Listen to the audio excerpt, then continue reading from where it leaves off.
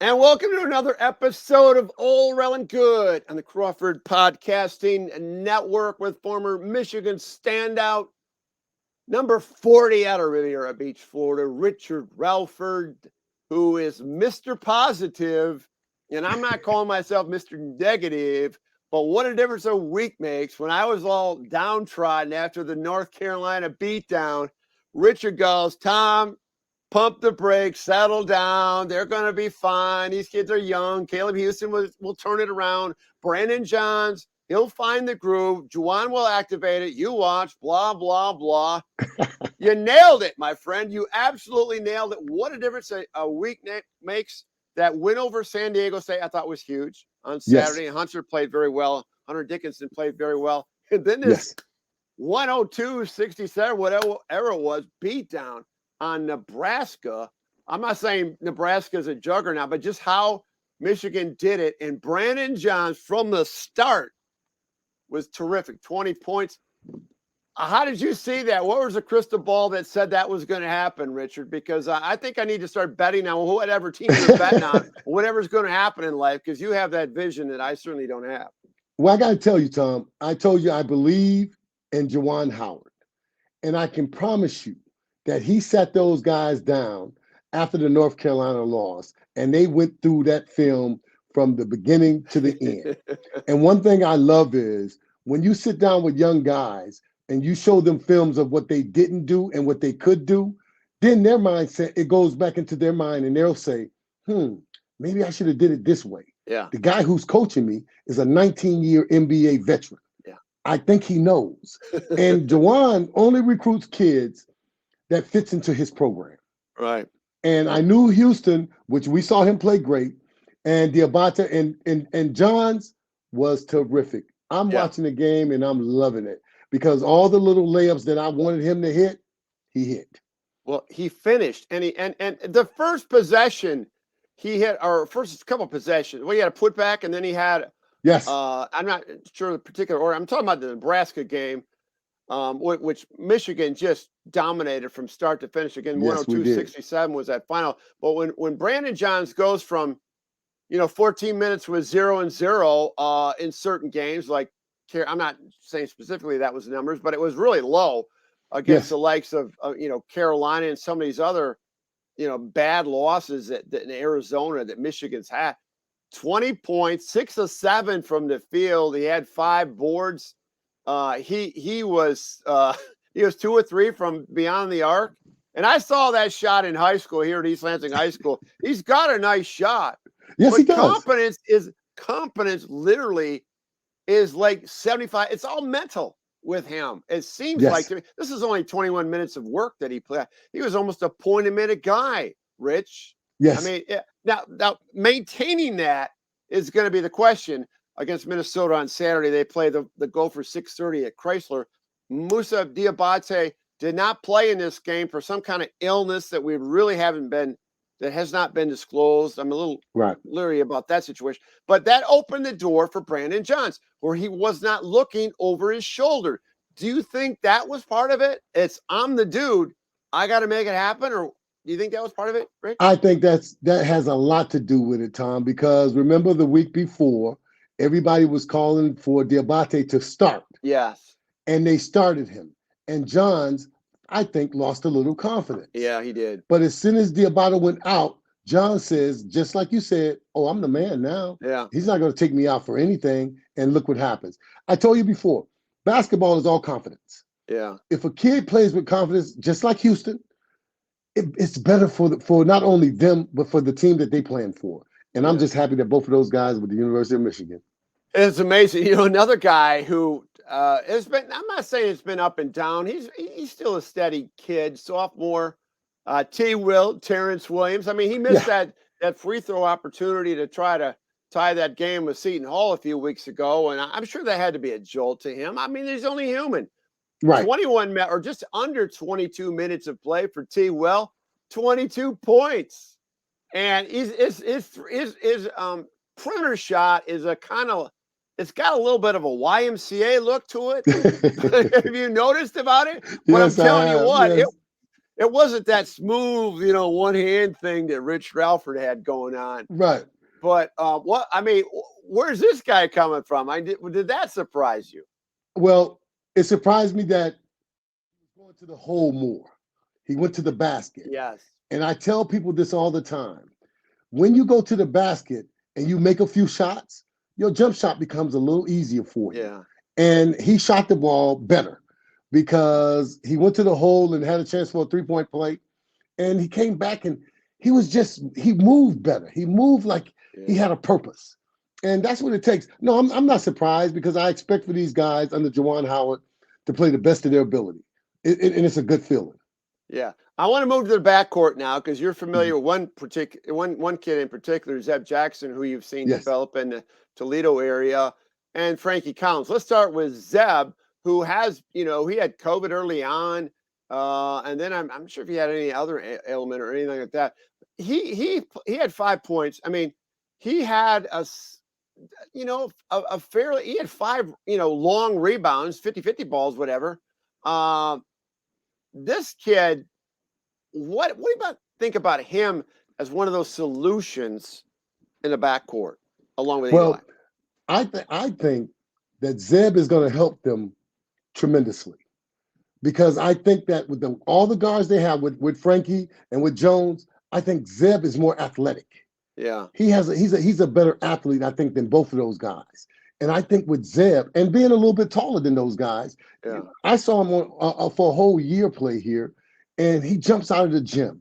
I think his decision making will get much better, and it would make his game a lot better because he can shoot. He just doesn't shoot enough, and I think he's going to be a good captain for that team, a good point guard for them. I saw 2 kids in the back along Kobe Buffkin, kid out of Grand Rapids, who were going up in the air quite a bit. I mean, they both have some major hops going on there that I did not realize. So I'm looking at Frankie Collins, Zeb Jackson, Kobe Buffkin as solutions to go with Eli Brooks, who's probably better at the 2 than the 1. I'm thinking, I don't know, but that takes us back to the discussion kid of all that everybody pokes at, and it's not fair to him. Because he is still transitioning from Coastal Carolina to Michigan, but it is reality that Devontae Jones. Let's just be real and transparent about it. He has fell short of expectations. I mean, what's his problem, Rich? I say this too, Tom, that I know Coastal Carolina, their conference, we know it's not as tough as the Big Ten. Yeah, and I think that Jones has had a little problem adjusting. Yeah, because one thing he does now as a point guard, he's a hell of a rebounder. Yeah. Oh, he is. I'm not denying that. No, he is a rebounder. That's what he does best, actually. Right, and that's what he does best. My thing is, by mid-season with him, he's going to play a lot better than what he's playing right now. Because nobody understands. Tom, the Big Ten is not an easy conference. No. To me, it's the best conference in college basketball. And we play with such physicalness and such athleticism that everybody can't play in the Big Ten. I don't care who they say you are. Yeah. You can't play in it if you're not used to it. And I think by midseason with Jones, he'll be ready. He'll be a better player. No, I really think you're right. I mean, you see glimpses of it, and in reality, he's going to be pushed. He's going to be pushed by Frankie Collins and Zeb Jackson and Kobe Buffkin. And so he's just going to have to deliver. To be that other answer with Eli Brooks. And now Caleb Houston, back to him, the guy you believed in from day one. Give him a chance. 5-star. Obviously, this guy, from Ontario,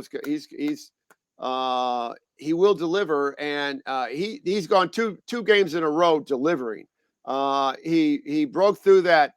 The doldrums, broke out of the doldrums against San Diego State, which I think was a really quality team. Brian Dutcher, that program, since Steve Fisher they're good. They were ranked a few weeks ago.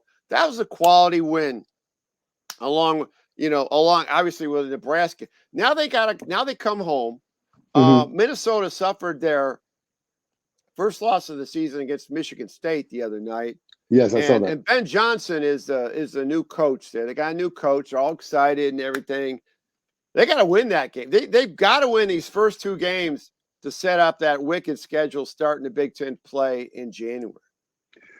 Because Purdue lost last night. Yeah. Makes Michigan's win against Nebraska that much bigger. Yeah. Yeah. Because I explained to people, playing on the road in the Big Ten, oh my goodness, it's tough. It's tough. You definitely got to win your home games, but if you can pick up 2-3 away games, it makes the schedule much better. And I think Purdue losing to Maryland, it's going to help us. Or Purdue losing to Rutgers. Yeah. To Rutgers, I'm sorry. Yes, yeah, Ron Harper Jr. I mean, I remember the old man was a terrific player in the NBA. Man, he was that guy was a dude. Listen, I played against Ron. Did you? And yes, and Ron Harper was a hell of a player. Yeah. But I'll be honest, his son has the potential to be better because he's bigger. He's burly, and he had 2 game-winning shots. I mean, literally in that game, he had one to put him ahead by 1. Purdue comes down and counters, and it's up by 1. And then that shot was just a little bit beyond or inside the 10-second line. That was a good solid, at least a 35-footer, I'm thinking. Closer to half court than it was to the 3. Yeah, exactly. And that shows that nobody's invincible in the Big Ten. No. And you're right. So that means that a win in a road game is huge. I mean, any road game is big, and it's going to be a wicked race in the Big Ten. And so after Michigan, gets done with this, Minnesota, and then Michigan's got a couple non-conference games that should be relatively easy. One's against Purdue, Fort Wayne, or whatever. Okay, so they got the quote-unquote cupcakes, a couple in there, and they got Southern Utah, I believe, next week. But you open up at Rutgers. Get this, at Rutgers, and that's I think of the last week of December to regain Big Ten play. Home with Michigan State, home with Purdue. That's sandwiching around when Michigan wins the national championship at football. I got this whole thing laid out, okay? Okay, and then they go to Illinois. So I mean, whatever Juwan, however he fixed this team, at least for the last 2 games, he's going to have to keep tweaking and recharging this thing, because that is going to be a brutal stretch. I'm so glad Purdue got a loss. Someone said, hey, well, I was hoping we'd knock them off, be number 1. They still could be number 1.